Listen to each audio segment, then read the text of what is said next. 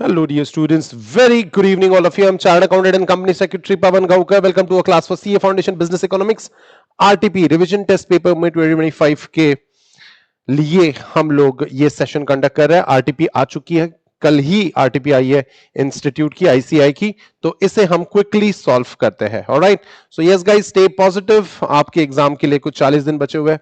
Stay positive, stay fighting, stay brave, stay ambitious, stay focused and stay strong. तो चलो RTP को solve करते हैं जल्द से जल्द. ऑलराइट, सबसे पहला question, fiscal federalism primarily deals with what is your answer? चलो जल्दी इस क्वेश्चन का आंसर मुझे बताइए. What is your answer for this?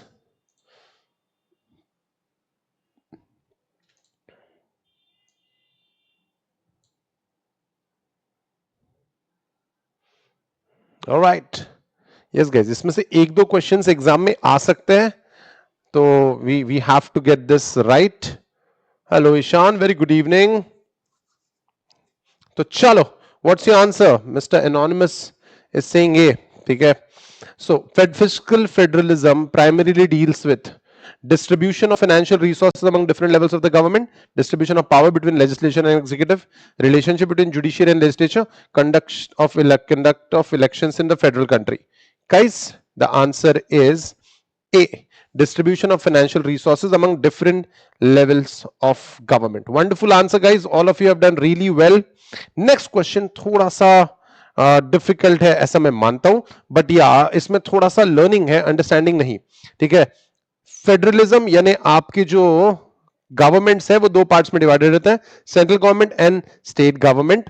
तो इसको फेडरलिज्म कहते हैं. ऑलराइट, और अगर पूरे कंट्री में एक ही गवर्नमेंट है तो उसको क्या कहते हैं? मुझे बताओगे इसका आंसर? पूरे कंट्री में मान लो अगर एक ही गवर्नमेंट है तो what will be your answer?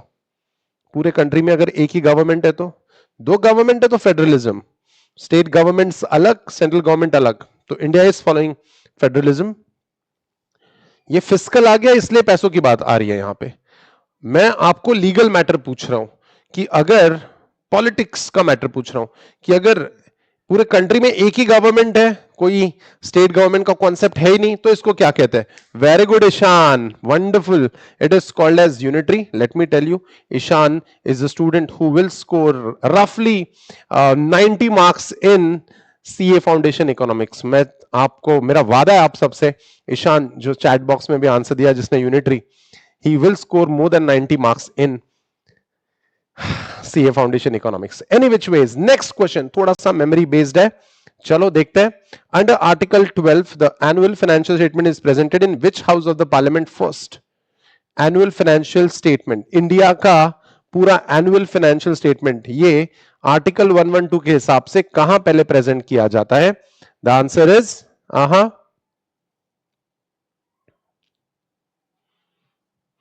the answer is waiting.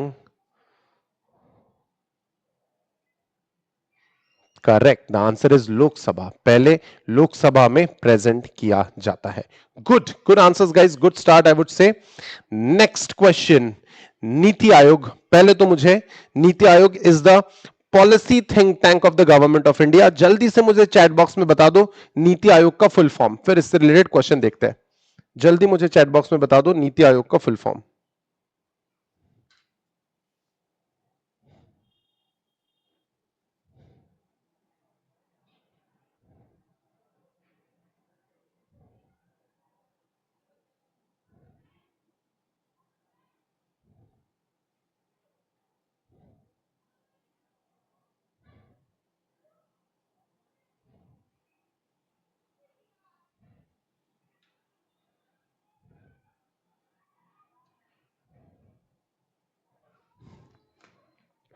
Correct, NITI Aayog में नीति का फुल फॉर्म है national institution for transforming India. Wonderful wonderful Yashraj, wonderful Ishan. थोड़ा सा गलत हुआ मिस्टर एनोनिमस. गोविंद, नहीं नहीं नहीं, एनोनिमस सही है, सॉरी. गोविंद, बहुत बढ़िया, बहुत बढ़िया, गुड आंसर्स गाइस. सो या नीति आयोग से रिलेटेड क्वेश्चन क्या आया है आरटीपी में? Let's check this out. Which of the following is not a function of NITI Aayog? Not पूछा है, याद रखना. तो guys answer this question, which of the following is not a function of NITI Aayog? Policy formulation, coordination, allocation of financial resources, promoting cooperative federalism, serving as a think tank. ये point तो मैंने खुद ही बता दिया आपको, तो ये पॉइंट तो है, it is a function of NITI आयोग। ठीक है, प्रमोटिंग कोऑपरेटिव फेडरलिज्म ये भी है, promotion of formulation and coordination ये भी फंक्शन है नीति आयोग का।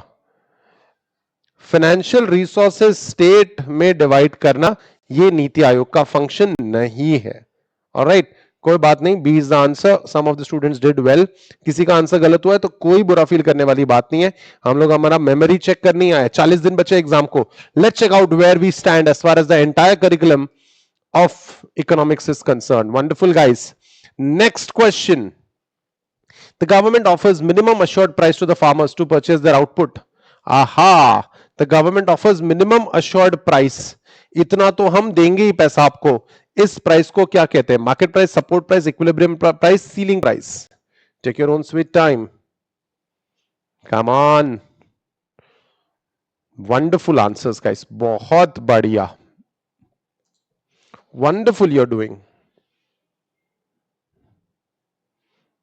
The correct answer is support price. Wonderful, all of you have done it correct.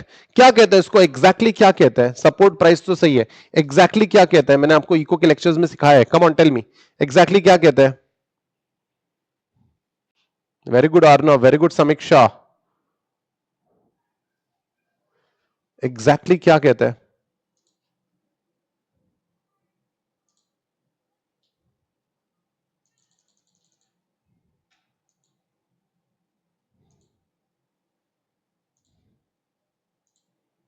नहीं, फ्लोर प्राइस नहीं कहते हैं, sorry.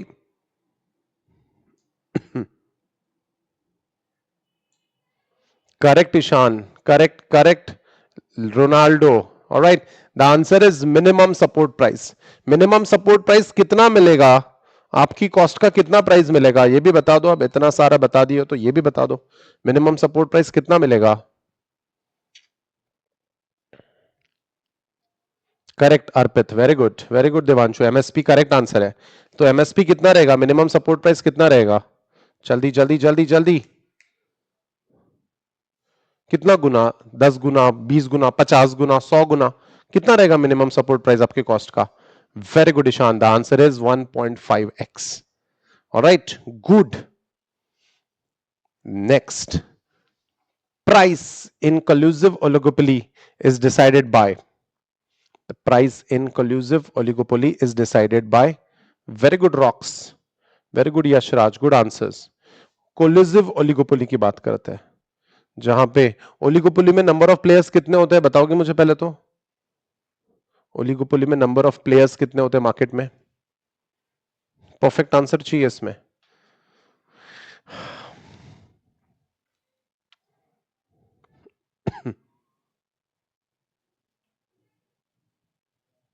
Correct mister anonymous, wonderful answer यार, very good rocks legend. Few होते हैं बट फ्यू का भी नंबर है, 2 to 10, परफेक्ट आंसर है ये। सो कोलिजिव ओलिगोपोली में guys, in price in collusive oligopoly is decided by the price leader. इसमें ना आप लोगों को इंडस्ट्री महसूस होगा आंसर, बट कोलिजिव ओलिगोपोली का डेफिनेशन आप देखो। In collusive oligopoly the price is often decided by firms cooperating and acting in single entity, either through a formal agreement और by one firm acting as a price leader. So guys यहां पे थोड़ा सा इस question को stomach कर दो, ये एग्जाम के लिए इंपॉर्टेंट बन जाता है हमारे। उसके बाद the distinction between selling cost and production cost was made by, ये भी ऐसा एरिया है जो पूरे मॉड्यूल में कहीं नहीं दिया है, ये भी ऐसा एरिया है जो पूरे मॉड्यूल में कहीं नहीं दिया है, तो ये लर्न करने वाली बात है। सर शैम्बलिन, सेलिंग कॉस्ट और प्रोडक्शन कॉस्ट का डिस्टिंक्शन सर शैम्बलिन ने हमें दिया है। ऑलराइट, ये कहीं नहीं दिया है मॉड्यूल में, तो ये लर्न करने वाली बात है। Alright, next, which one of the following is not internal economies of scale? Technical economies, financial economies, economies due to localization of industries, marketing economies? Internal economies of scale जो हमारे हाथ में नहीं है।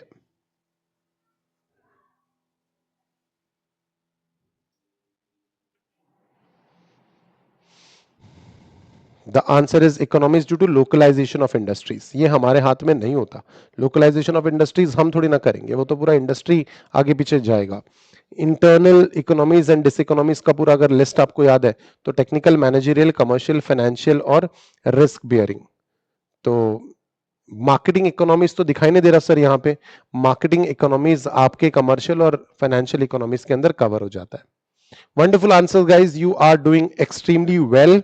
Next question, the share of tax borne by a seller will be larger, the share of tax borne by a seller will be larger, यानी tax अगर बढ़ जाता है तो ये सेलर कब ज्यादा उसको बियर करेगा। गाइस इंग्लिश का क्वेश्चन है और नॉलेज का क्वेश्चन है ये, तो चलो देखते हैं।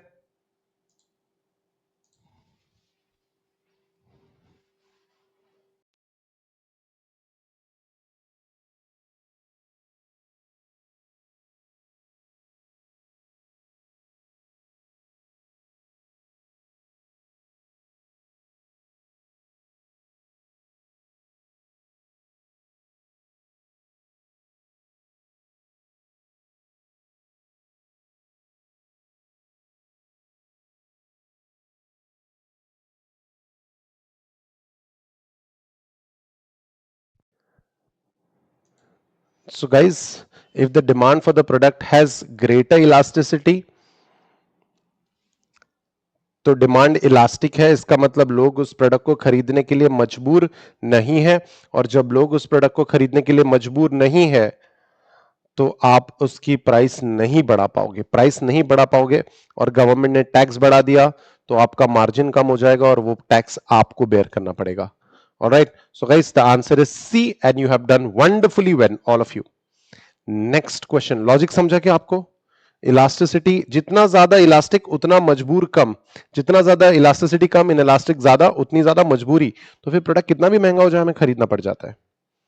Dash is concern with welfare preposition, जन कल्याण, जैसे गवर्नमेंट ने ऐसा करना चाहिए, गवर्नमेंट ने फ्री में अच्छे रोड्स देने चाहिए, गवर्नमेंट ने फ्री में हॉस्पिटल देने चाहिए, हर चीज गवर्नमेंट ने फ्री में करनी चाहिए, लेकिन ऐसा करती है क्या government?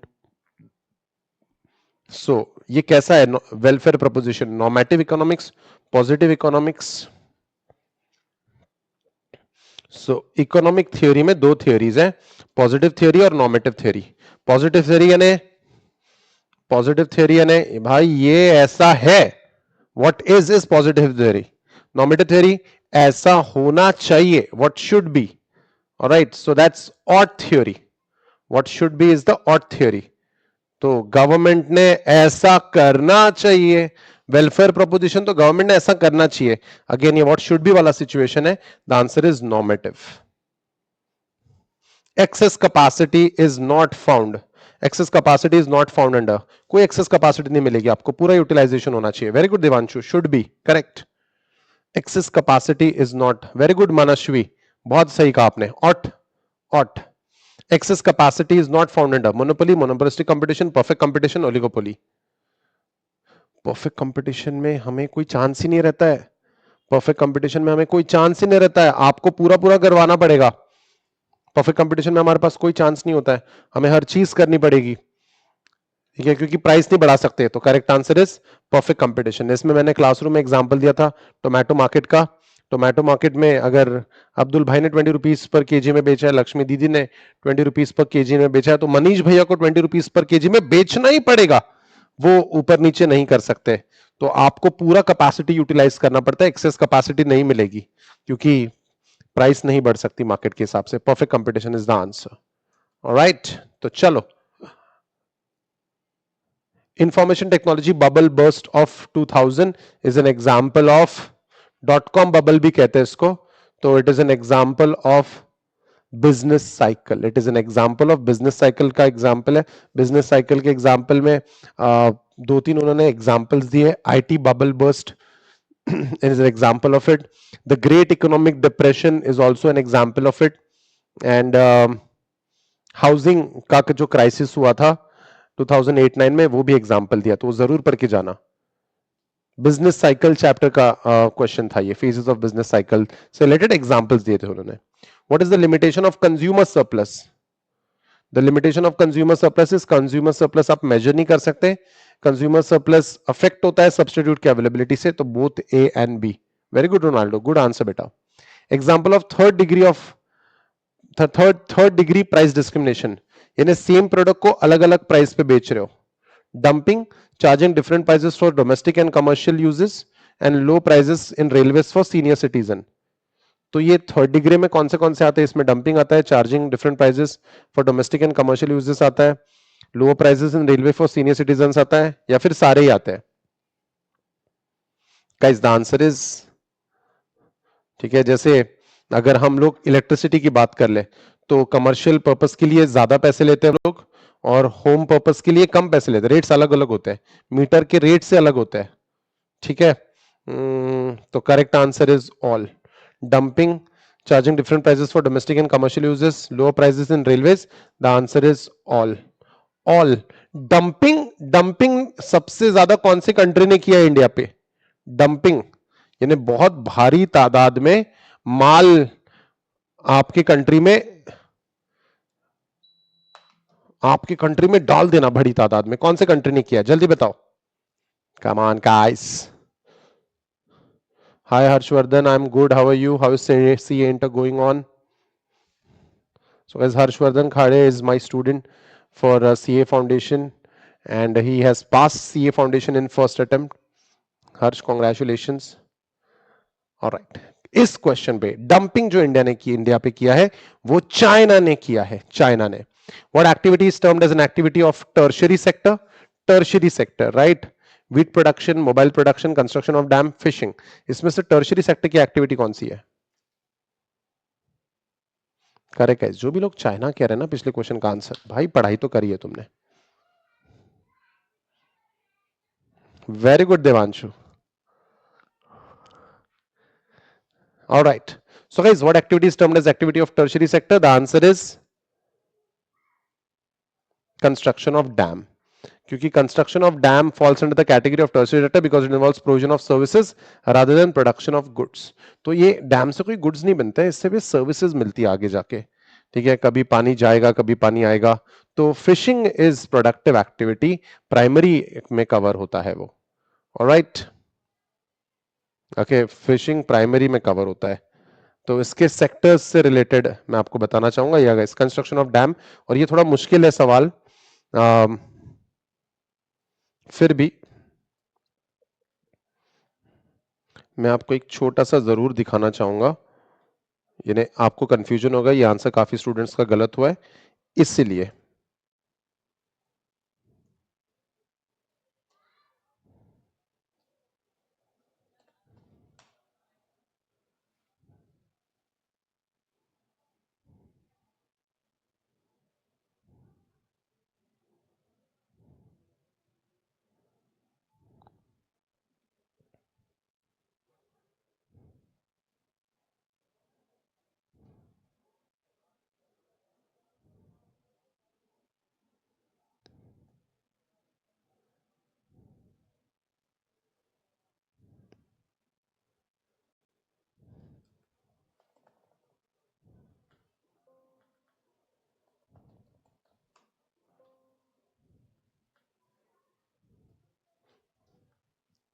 Alright, we move ahead. या कोई बात नहीं, आंसर गलत होने दो. यहां गलत होना चाहिए आंसर, तब जाके फाइनल एग्जाम में सही होगा. सो या कंस्ट्रक्शन ऑफ डैम, इसका मैंने आपको रीजन भी बता दिया है. FII, foreign institutional investment, helps to improve what?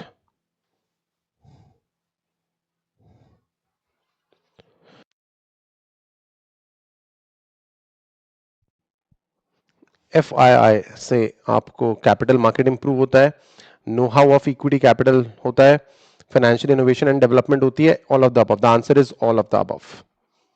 Devaluation of Indian rupee in terms of US dollar was in the year. Devaluation कब हुआ?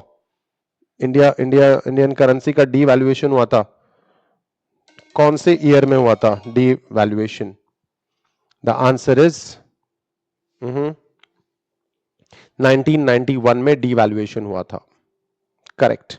My question is 1991 में कितने से devalue हुई थी हमारी करेंसी? कितने से devalue हुई थी हमारी currency?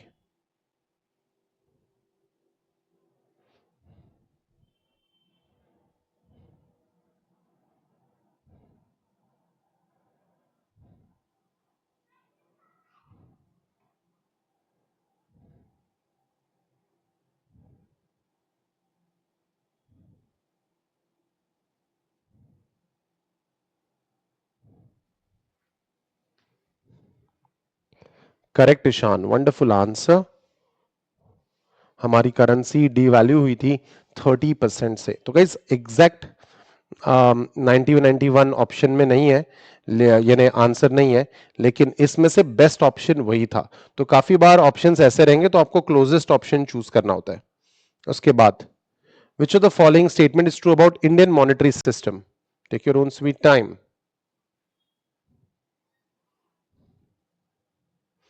Yes Tanmay, any doubt बेटा?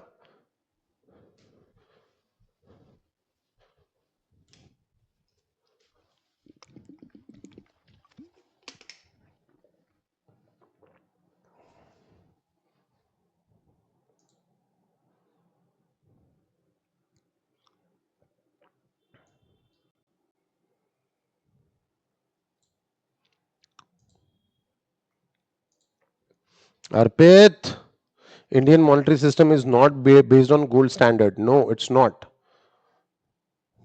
फेंकना चालू हो गया ना guys?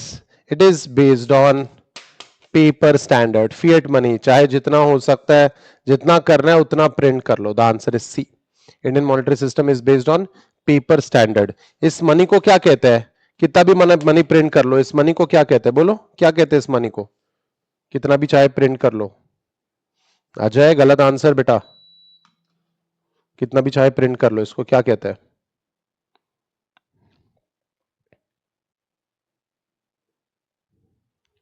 कोई बात नहीं अर्पित, चलता है। क्या कहते हैं इसको? कितना भी प्रिंट करना है प्रिंट कर लो। क्या कहते हैं इसको?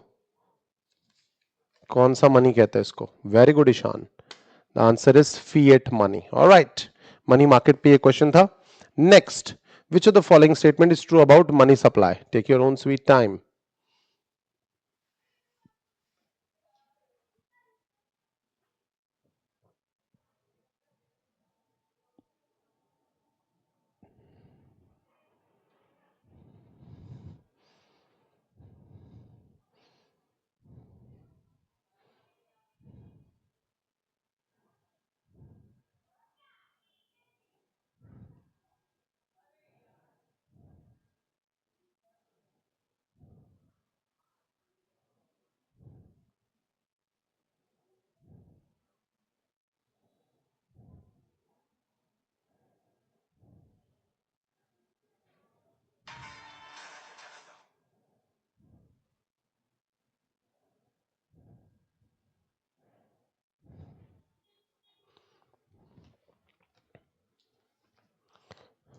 Correct, guys. The total volume of money that is held in general public of the country at a particular point of time, it is true about money supply. Which of the following statement is true about credit creation by banks? All right, waiting for your answer.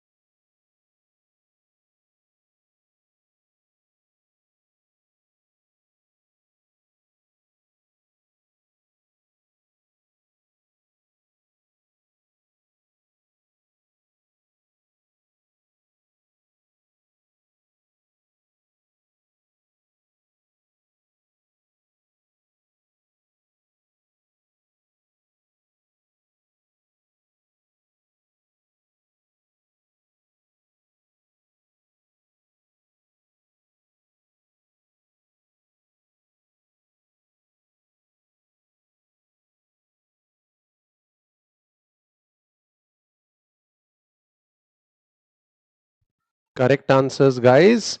The answer is B.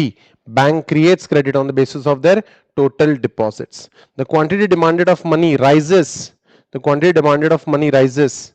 आहा, money का demand बढ़ जाएगा यानी market में money ज्यादा चाहिए रहेगा, bank में नहीं रहेगा, मार्केट में ज्यादा रहेगा। अगर रेट ऑफ इंटरेस्ट बढ़ा, फॉल हुआ, supply of money falls as the number of bank rises. Come on, easy it is.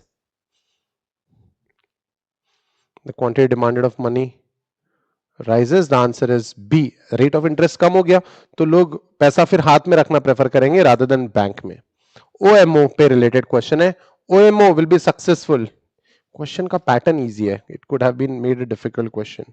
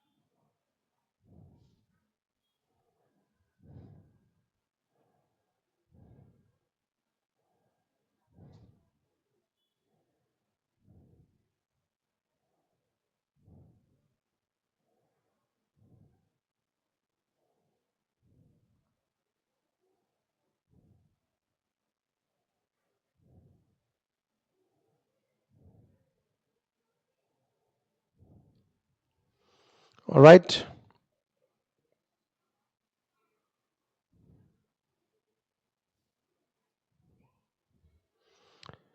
The correct answer is D. Difficult question था ये। The correct answer is okay, sorry, the correct answer is C, well developed bill and security market. Yes guys, the correct answer is C, well developed bill and security market रहा तो ही open market operation सही होंगे। Good. According to Keynes, Keynes का question है, इसका मतलब determination of national income पे ये क्वेश्चन रहेगा। तो चलो, according to Keynes inflationary gap is caused bye,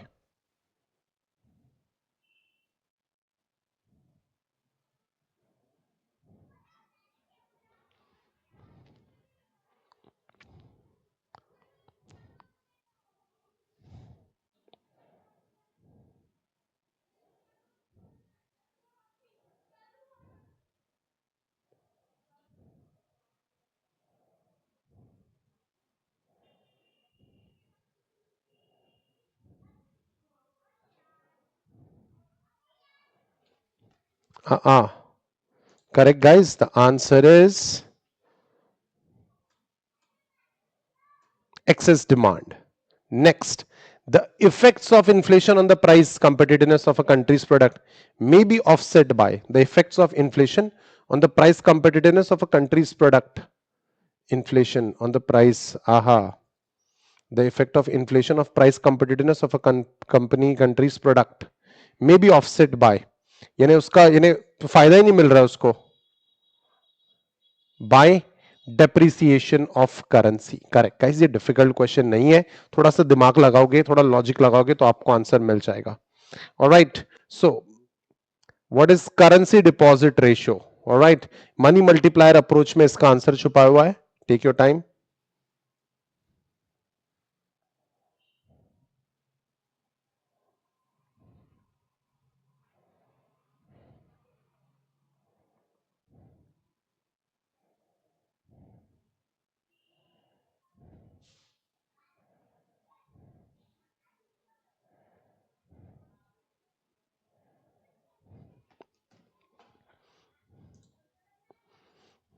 alright, the correct answer is, so currency deposit ratio small c is equal to capital D upon D. The correct answer is A. Ratio of money held by the public in currency to that of money held in bank deposits. Alright, so guys, बहुत difficult भी set of questions नहीं थे ये, but nevertheless, find nominal GDP if real GDP is 450 and price index is 120. तो चलो, nominal GDP find out करना है. Give me your answer fast.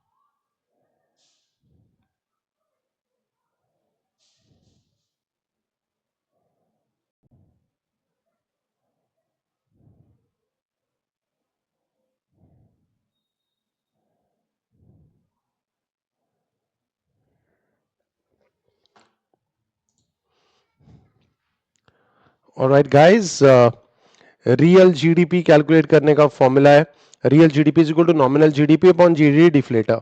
GDP deflator is nothing else but a price index. Okay, तो ये जो formula है real GDP का, तो जीडीपी डिफ्लेटर की जगह पे हम लोग प्राइस इंडेक्स यूज कर सकते हैं और हमें नॉमिनल जीडीपी निकालना है. तो प्राइस इंडेक्स को मल्टीप्लाई कर देते हैं और 100 को यहाँ पे डिवीजन में डाल देते हैं. तो हमें मिलेगा nominal GDP is equal to real GDP into price index divided by 100. Nominal GDP is equal to 450 into 120 upon 100. That comes down to 54,000 divided by 100, and that comes to 540. And I guess a lot of students have got this right. Well done guys, and बहुत अच्छे answers दिए आप लोगों ने. Almost 90% answers आपके सही थे. सिर्फ एक क्वेश्चन है जो मैं आपको फिर से दिखाना चाहूंगा, जिसमें आपको थोड़ा ध्यान देना था. ये एकदम उन्होंने एकदम एकदम एक सेंटेंस को लेके क्वेश्चन बनाया है. ऐसा प्रॉपर सेंटेंस ही है हमारे सिलेबस में, उसको लेके क्वेश्चन बनाया है. कंस्ट्रक्शन ऑफ डैम वाला जो क्वेश्चन है ये भी आपको एकदम क्लिक नहीं होता है इन जनरल. शैम्बलिन वाला क्वेश्चन हमें है ही नहीं, शैम्बलिन वाला क्वेश्चन हमें है ही नहीं सिलेबस में, लेकिन उन्होंने आरटीपी में दिया है तो एक्सपेक्टेड है स्टूडेंट्स की आपने पढ़ा होगा. तो ये भी क्वेश्चन डायरेक्टली लर्न कर लो, इसमें दिमाग मत लगाओ. बाकी तो यू डिड रियली वेल, यानी I am very proud of you guys, you did really well. तो चलो, I wish you all the best for your exams. Whatever it is that you want to achieve is not impossible. Keep going, keep believing, you have got this. All the best from team Pawan Gaonkar for ये exam. अच्छे से करना, अच्छे से prepare करना. Preparation बहुत important है, सबसे ज्यादा इंपॉर्टेंट है सेल्फ स्टडीज. और कहीं भी आपको कोई भी डाउट है, कोई भी इश्यू आया, कहीं भी फंस गए आप, you can always let me know on Instagram DM or WhatsApp. All right guys, thank you so much. This is Pavan Gaukar signing off. See you in the next video. Till then, take care of yourself, study well. Bye bye guys.